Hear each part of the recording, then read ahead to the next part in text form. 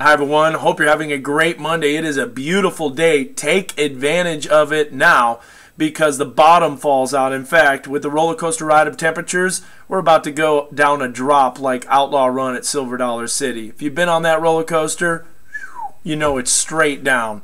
And that's exactly what we're expecting, about 35 to 40 degrees colder tomorrow than we are today.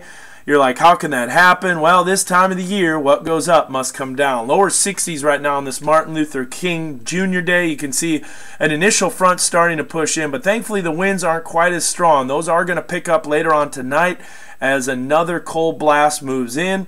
We're in the lower to middle 60s across northwest Arkansas with River Valley temperatures in the upper 60s, even some lower 70s in Poto. So why is this cold blast moving in? It's all because of our weather pattern and a cold front that's going to be moving in thanks to north-northwest flow, and you'll see that here in just a bit. But you can see the initial stages of this cold air starting to move into Nebraska and northern Kansas. We zoom out across the national view and check it out, what's happening up in the Dakotas. We're talking about 2 in Bismarck, 11 in Minneapolis, and it is going to get even colder than that.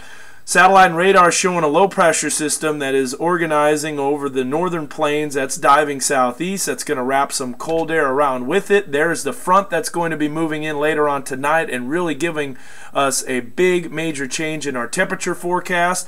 Low pressure system associated with this low is this weather system is diving southeastward. It's going to drag some cold air southward, and here it comes, another Arctic cold blast. And in fact, a piece of the polar vortex is going to set up over the Great Lakes region, so we're not going to get quite as cold as January 5th and 6th, but I think this is going to be our second strongest cold snap of the winter so far.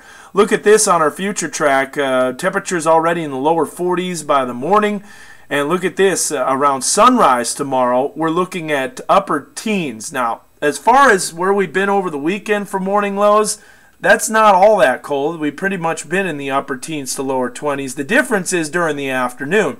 No more 40s and 50s. Instead, highs struggling to get out of the 20s. And in fact, I don't think we do see a high out of the 20s tomorrow in northwest Arkansas. In the River Valley, close to freezing for the high.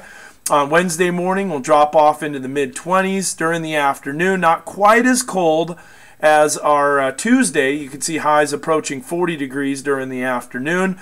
The big difference, though, is another blast of cold air. This one has even more of an impact than Tuesday's, with morning lows Tuesday morning in the mid to upper single digits, and then highs on Thursday struggling to get out of the teens. And then on Friday morning, we could be looking at lows approaching 0 once again. So thankfully, wind chill shouldn't be a factor on Friday morning.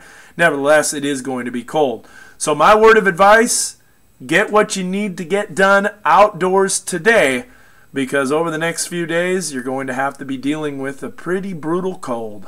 Have a good one. We'll see you on the newscast to give you the rest of the temperature trends, and if we have any winter weather precipitation ahead. That's coming up on the news at 5, 6, and 10 o'clock on KNWA, and of course the Fox News Edge at 5:30 and 9. We hope to see you then.